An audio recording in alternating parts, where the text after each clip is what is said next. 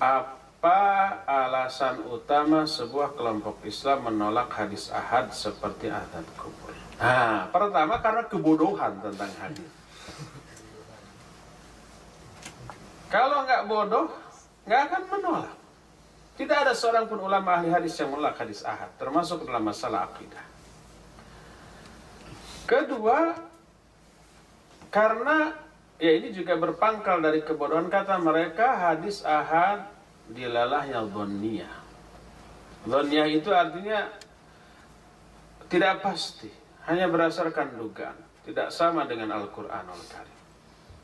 Apa akibatnya? Akibatnya mereka harus meruntuhkan banyak perkara usul akidah dan tauhid karena penolakan terhadap hadis ahad. Coba rukun iman, rukun Islam tentang apa? Malaikat Jibril yang menjelma menjadi orang, nanya tentang apa itu iman, apa itu Islam, apa itu Islam. Itu hadisnya ahad. Itu apakah ditolak? Kedua, Mu'adz diutus oleh Nabi ke Syam mengajarkan tauhid sendirian. Berarti hadis yang diriwayatkan dari Mu'adz bin Jabal karena sendiri itu hadis ahad. Padahal menjelaskan tentang akidah. Kata Nabi SAW, innaka ta'ti qauman min ahlil kitab.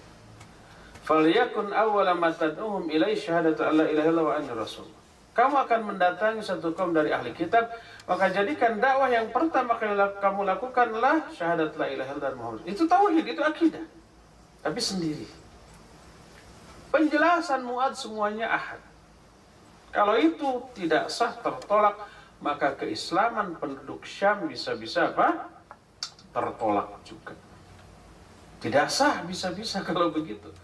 Itu bahaya besar. Ya.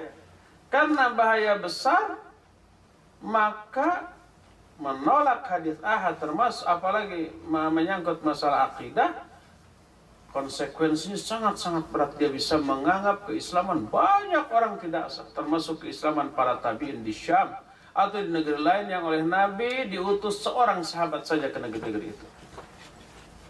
Itulah konsekuensinya. Dan sekali lagi ini semuanya karena apa? Kebodohan mereka. Karena ketidaktahuan. Karena mereka menimbang benar salah dengan akal, dengan otak. Hadis yang menurut mereka tidak masuk akal ditolak. Kalau ada ayat yang tidak masuk akal ditakwil. Akal menjadi hakim terhadap Al-Quran dan As-Sunnah. Dia menempatkan akal di atas Al-Quran dan As-Sunnah. Al-Quran yang tidak masuk akal ditakwil, As-Sunnah walaupun sahih yang tidak masuk akal didhaifkan, ditolak.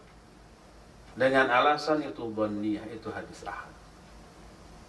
Itu sebodoh-bodoh kebodohan dan seburuk-buruk keburukan, karena melahirkan keburukan yang tidak kecil, menyebabkan dia harus mentidaksahkan keislaman sebagian besar tabi'in yang didakwahi hanya oleh seorang sahabat saja.